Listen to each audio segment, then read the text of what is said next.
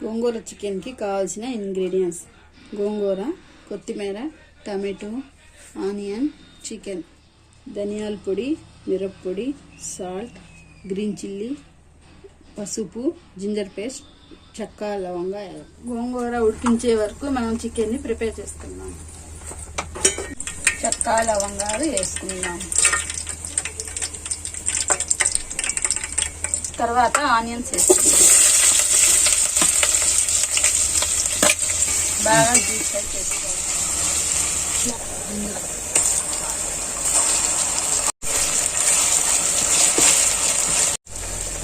Next tomatoes, chicken వేసుకోవాలి.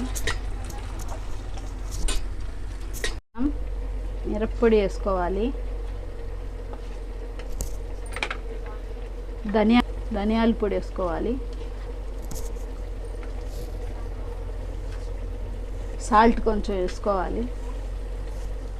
కొంచెం పసుపు వేసుకోవాలి. కొంచెం కోకోనట్ పేస్ట్ వేసుకోవాలి. 10 minutes వరకు ఉడికించుకుందాం. ఫైనల్గా చికెన్ కుక్ అయిపోయింది. స్టవ్ ఆఫ్ చేసి మనం గోంగూర చికెన్ని మిక్స్ చేసుకుందాం.